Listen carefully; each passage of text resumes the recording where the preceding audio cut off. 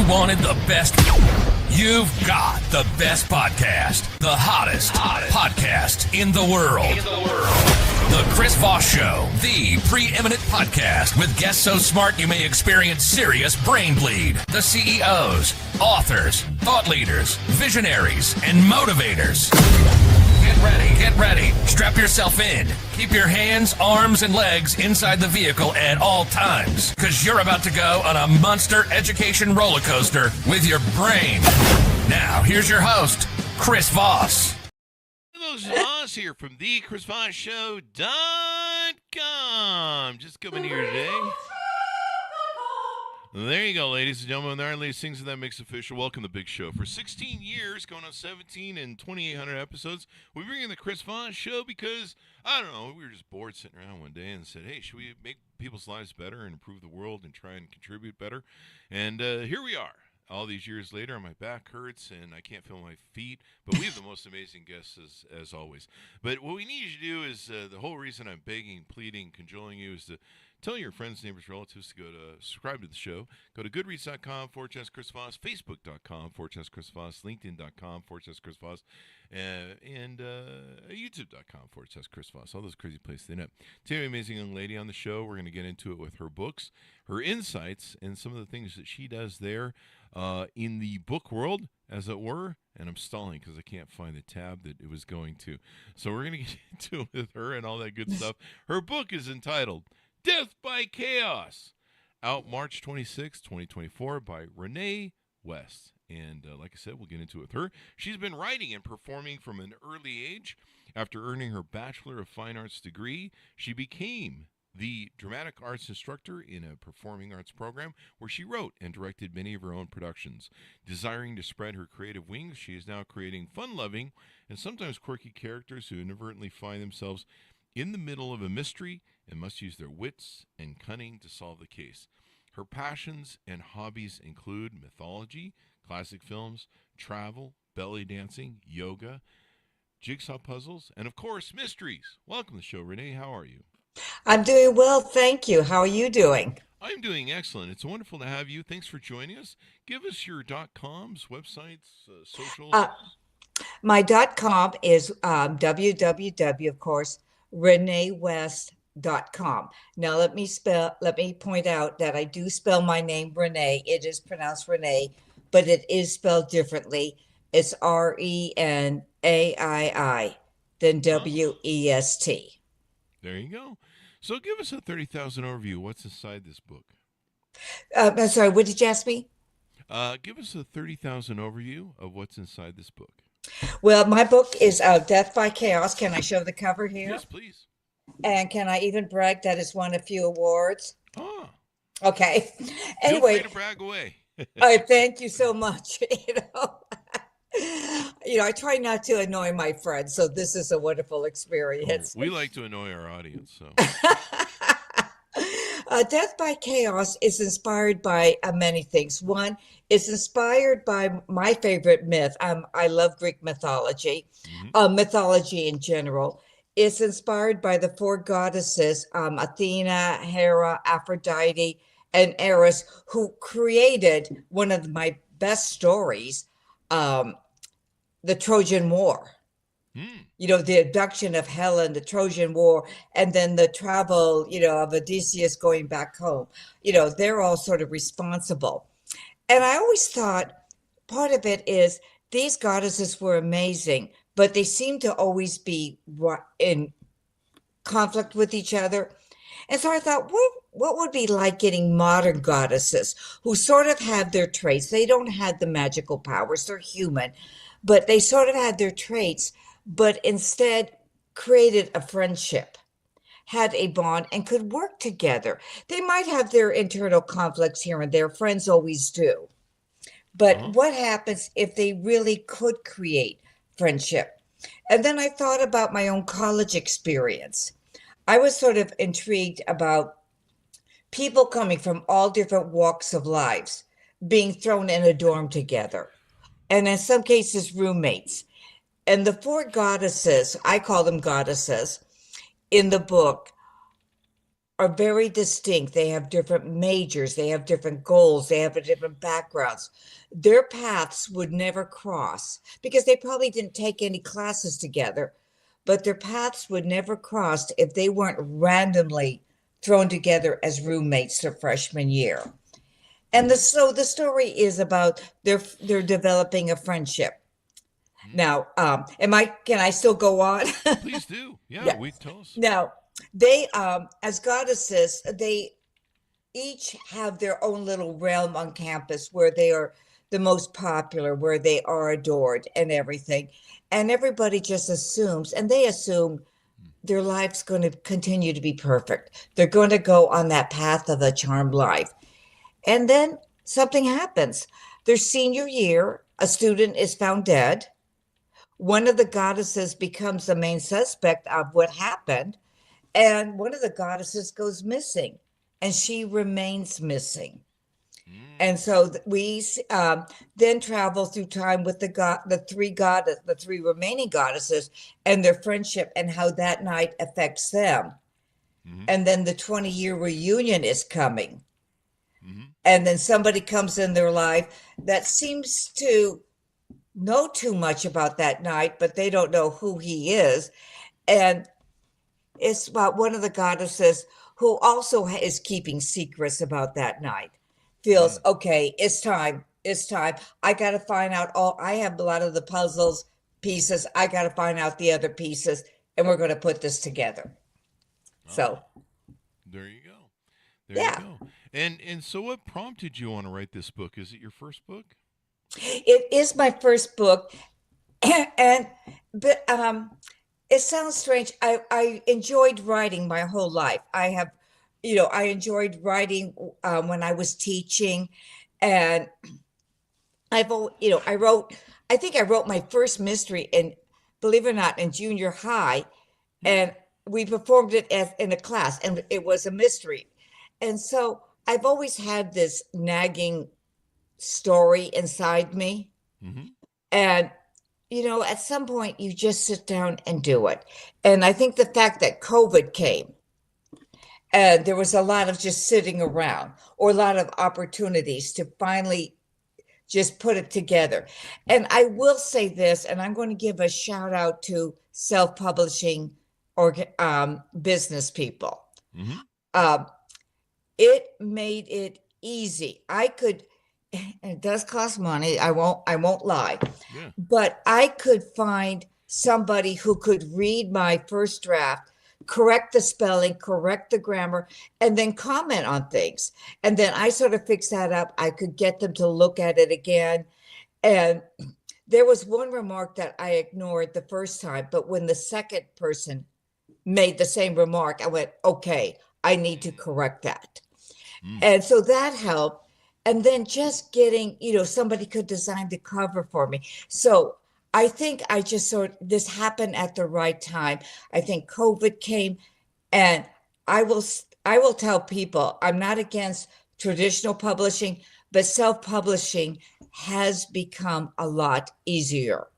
Oh, yeah. And that has big help. I mean, I'm not artistic in the drawing case. I could not draw my own, cover. And then there are more means now of marketing. Like that was my problem is, okay, now I wrote it. Other than handing it to friends, what do I do now? And I didn't want to be obnoxious about it. So there are means of getting it out there. And so I think it was a perfect storm in a good way. Everything came together. But I won't lie, it felt good getting it out of my system. It just, I had the story in my head, and it just felt good getting it out. So there you go. And you've been writing, you said, from youth. That's been something you've. When did you first start writing? Well, I remember in elementary school I wrote, and I think one of my first favorite thing, and I might still have a copy of it, because little did I know, my mom kept copies of everything I wrote and put it in a file. And they encouraged me. They did encourage me to write. I wrote a poem about me and my friend a dragon. I don't know if I heard Puff the Magic Dragon or something, but I was inspired by that, and I wrote a poem about that. Ah. Yeah. And I was into poetry for a long time, and I'm traditional poetry with rhymes and everything. Mm-hmm. And then in elementary school, I did, junior high, I think there was a talent show that was going to happen. And so I wrote like a quick murder mystery. And we got in and we performed it. I got classmates to help me out and everything. And this may sound silly, but in high school, I was on the yearbook staff. I may not be artistic with my hands, but I'm very good at designing layouts. And we had to write I was on the clubs. We had to write about everything. And I did 99% of the writing for my unit, and we won the best copy award. Oh, wow. And it's funny, I'm still friends with my, she's retired, of course, with my instructor, our yearbook advisor. And I always say, is my plaque still on the wall? Because there was a plaque with all the, year after year. It's probably been replaced by a new plaque, but I keep reminding her I was the best copy winner. Yeah. And then I did some creative writing, but it stayed with me. And as I said, I think I'm finally kind of going public with it now. There you go. You're running with it. And you've got 2 books you published and a third one that's coming out. Is that correct? Yes. Okay. And then the book we're talking about was Death by Chaos, was set initially in the 70s. What is it about that era that you find fascinating? Well, when I grew up, that was my era. And what was fascinating about that era is the second wave of feminism, which I embraced. I sort of became one of the campus's feminists. I worked for the Equal Rights Amendment at that time. And yet what I found was we came in at a really cool time, the hippie movement, the free love, sexual revolution, women can do anything. It was also a confusing time because we grew up with the Leave It to Beaver and the, fathers know best, attitudes. And so I think we were just, and my characters, I sort of wanted them to be in transition. And, like a little bit of, I'll talk about sexuality. There was a sexual revolution. Women could join sex. And yet, then there was, I hate to say this, what I experienced, and I know other women did, then every guy assumed you were willing to do it with him. And, I can't say we were prudes, but none of us wanted to do it just with every guy. And so there was, and I know more than once I was said, but I thought you were a feminist. Yeah, but I'm not attracted to you, Ah. So, kind of a leap of assumption they're making there, isn't it? There was a lot of confusion. And was that in the 70s that they would say that? Did they still say that now? Oh, I would hope not. I would hope not. Yeah. I mean, I can see the confusion in the 70s because it was. And I don't want to badmouth these guys. There was a lot of confusion for them too. Yeah. Well, there was probably so much sex and love going on according to Cosby. But we all it got, I think in a lot of ways it got straightened out. Although I would say it wasn't called a Me Too, but I do address rape in my book, the campus rape. I know it went on. I want to come out and say it happened very little as far as I know on my campus. So I really want to point that out. But being a feminist, I did go to different discussions and whatnot. And there was a group and they ran a hotline for support for rape victims. And talking with them, I found out that it does happen a little bit on campus, and it did happen, on my campus. And then, and so I wanted to address that culture. And a lot of it was, sometimes it was very, very aggressive, and sometimes it was something that just got out of hand. We all know young people and alcohol are not always the best combination. Okay. But I also had some good times too. So as I said, it was a whirlwind environment. But it was an exciting time. I'm not trying to sound like it was all negative, but there was a lot of trying to figure things out. And that's one thing my characters do, but they all go and do well. There you go. So tell us about some of these characters that are in the book. Okay, well, there is Tasha, Mm-hmm. and she's the one coming. The college is a private liberal arts college in Southern California, Mm-hmm. and she comes from New York, and she's this very saucy Jewish girl. Comes from money. Her parents are well educated, and she's there because she thinks she's going to take Hollywood by storm. That's why she's in Southern California. Mm-hmm. And she does, and she's not, I describe her as not classically beautiful, but she knows how to work it. And she's probably the most liberal with her attitude of the bunch. And she does become like the star actress of the campus. And then we do have Elizabeth, who comes locally, and Elizabeth is your perfect. My mother used the term WASP, White Anglo-Saxon Protestant. Beautiful girl, comes from money. Her mother was a Rose Bowl queen, everything. But she has she's much more political, much more ambitious, much more, I would say, well-behaved and classy. Tasha's sort of out there, very flirtatious, can be rambunctious. Elizabeth is very proper. And the interesting thing about them, and this was something I wanted to address, they both come from money. This is a private school. Their parents are paying the tuition, the board and room, the books, everything.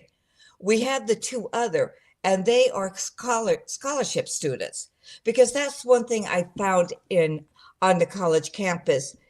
It wasn't like there were problems, but sometimes, you had to find out, like somebody saying, well, I don't know if I can afford that. I can't go skiing with you guys this weekend. I'm going to have to buy books for next semester. And so Dawn is from the Navajo tribe, and she's a scholarship student. She was the product of a gang rape, so she's never met her father. But she was raised by a very loving, supportive family. And, and she's a psychology major, and she's sort of the voice of reason all the time. She's the one that can calm things down. And then we have the fourth one, Miranda. Miranda comes from Michigan. She comes from her parents, I don't think they were registered communists, but they're very liberal, very progressive. And she comes in with that attitude. And needless to say, and she's also a scholarship student, but needless to say, sometimes their political thoughts doesn't vibe with the other two. And she's a journalist major, and she doesn't take any prisoners. Okay. And so you had the four women, each having a different approach to college. I mean, the running joke was Tasha, paid people to do her term papers. Tasha flirted with a guy to help her study for a test. Whereas, the other three were very, serious students. But Miranda would get upset over things on campus, where the other three were like, oh, take it easy. And then Dawn, was very focused. And so, I think the fact of how they approached life, and then some of the other characters would interact with all four and how it affected the four. So. Yeah. Well, there you go. Very interesting stuff in picking the characters. Do you find, were they a lot of the characters that maybe embody you or other people that you knew in... Yeah. It's funny, my friends always say, so which one's you or whatever. I will be the first to say, I'm not as amazing as my 4 characters. I wish I was. I think the one that I probably had the most fun with, and if I was going to be cast in the movie, I would play her part. But she's more talented, smarter than me. But that would be Tasha. Tasha was a lot of fun to write because she was so saucy, because she was a smartass, because she didn't care about a lot of things. And so she was a lot of fun to write. But in some ways, in some things, all my characters, they've been inspired by people I know. Now, they've been modified, and almost every one of them has been inspired by more than one character I knew. But there's attitudes and moments that I experienced with people. And I just thought, this is how this person handled that. And that's a perfect way for Dawn. And so, I think my experience in college and just, the group of girls in the dorm were also different and reacted differently to things, but were also amazing and fun. Yeah. Yeah. Well, there you go. There you go. Wonderful stuff you put in the book and these characters. Now, is either of the books you've done, are they turning into a series in any way, shape, or form with additional books? Well, my 3rd book is called Murder at the Aphrodisia. It does follow the goddesses 10 years later, after the 20-year reunion. So in the first book, Death by Chaos, not only do we see their experience in college, but we see them become very successful in life. And then we see them do something with the midlife crisis. Because in some ways, because they were part of that women can do anything, they try to have it all. And so I'm going to give a little bit away, but when we do see them, getting ready for their 20-year reunion, they're tired. They've done a lot. They've become parents. And so the idea of their midlife crisis, where do they go from there? And then in Murder from Aphrodisia, they're a little bit older, they're wiser, they're more relaxed in life. But again, something happens, and now they've got to figure out the pieces of the puzzle. Chaos, they thought chaos was out of their life. Nah. But, again, their life experiences, their friendships, their knowledge of things, they're able to put the pieces of the puzzle together. There you go. So that's a 3rd. And I do plan on a 3rd book, visiting them. Seriously, when I first wrote this book, I thought I was done. I was happy with how everything ended. I was happy with them. But believe it or not, enough people said to me they wanted more. And then also, I think as I'm getting older, I'm sort of, and since they're my age in a sense, there's other things I'm going through, my friends are going through, and I'm sort of putting it into the characters, if that made sense. Yeah. We write what we know, right? So there will be a third visit to these goddesses. I think I love them so much. I just like visiting them and hanging out with them. Yeah. There you go. Now, evidently, you're also you have an interest in mythology and classic films. How's that influenced your writing? Well, it was classic films, especially since Tasha was a wannabe actress. Well, and she does become an actress. Classic films have such great stories back then, and they have such great lines and such, behaviors. Even like I never smoked. I was never a smoker, but I love the scenes of them smoking. There was such attitude, and so I don't know. It was fun bringing them in, and I've always sort of been fascinated too by the Lost Horizon. Ronald Coleman finding Shangri-La, and then losing it, and then going back, and so I sort of viewed. And then where I set the story is in Ojai, and is in Topanga and Ojai, two of my favorite spots in the world. If you go to Ojai, there's a road where you can stop and you can see the mountains that they used that was supposed to be Shangri-La in the movie. I always just, I just found that neat, and I wanted to make that a character in the story. So they're looking for their Shangri-La when they're in this process. The way I viewed it, they're looking for their Shangri-La. They're leaving their everyday lives, trying to find at the end all the pieces of the puzzle to the mystery, and it leads them in some Shangri-La moments. So that was, that's always the idea of finding Shangri-La, a mystical place that's exciting, but it's hard to get to. Mm-hmm. And yeah, and then the idea too about the bad boys in movies. As much as I love classic movies, I also love those classic biker movies of the 60s. The Wild One, the Wild Angels, Satan Sadist. They're sort of fun to watch.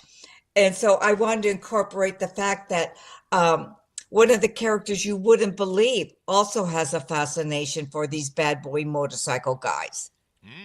And so it was kind of fun to incorporate classic movies. I get ideas from them. I get ideas about, behavior and characterization. Yeah. Mm-hmm. There you go. And so you see maybe these characters, they're going to turn into a series and maybe have a long running sort of book series to it. Yes. There you go. Yeah. And then what you did at one point write for stage, as we talked about in the bio. What challenges did you face transitioning from stage to writing novels?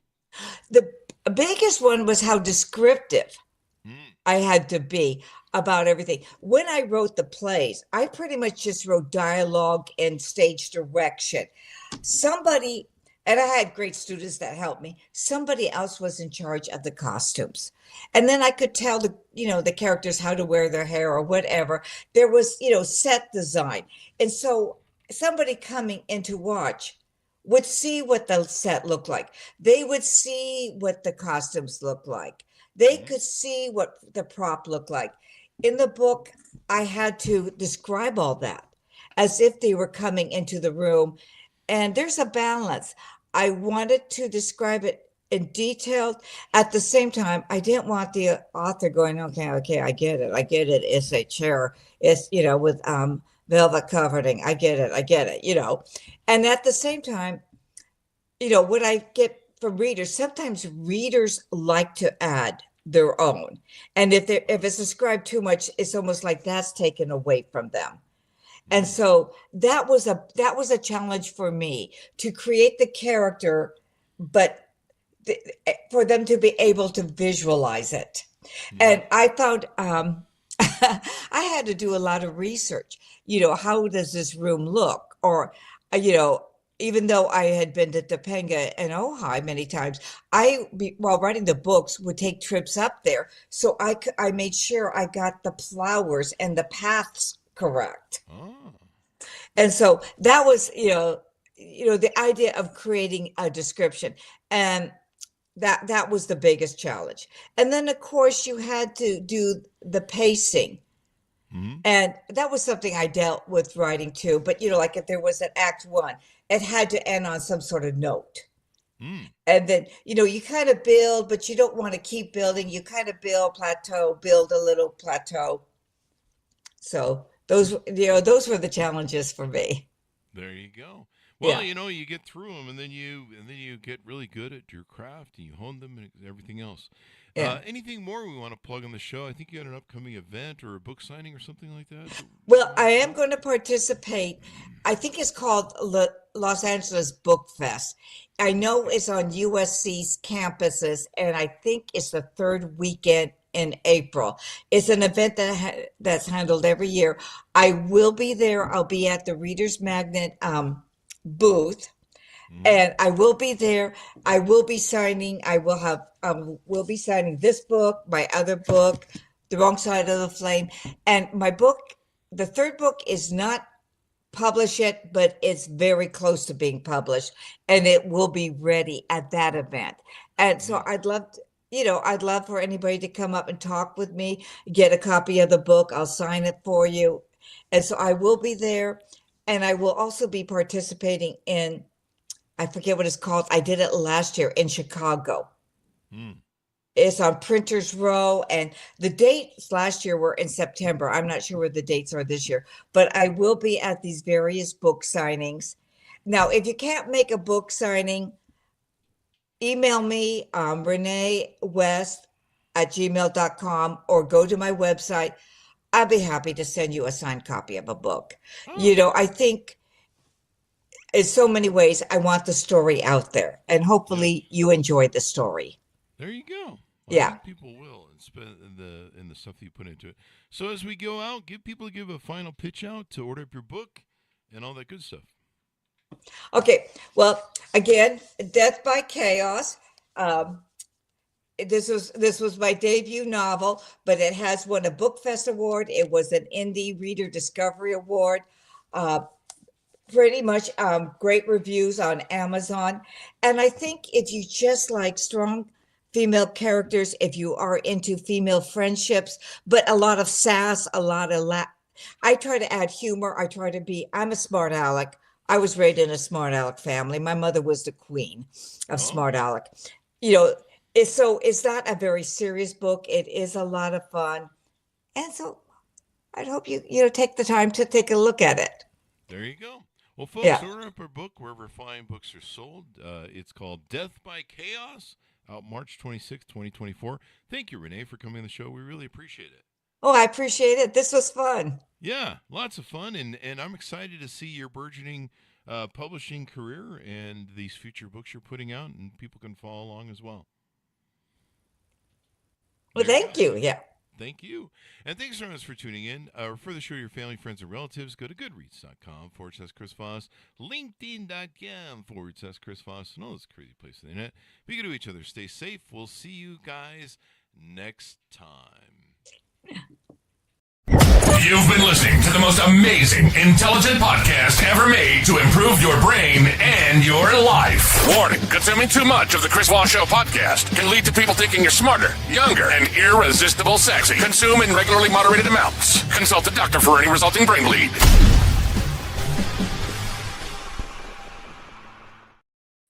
All right, Renaii, great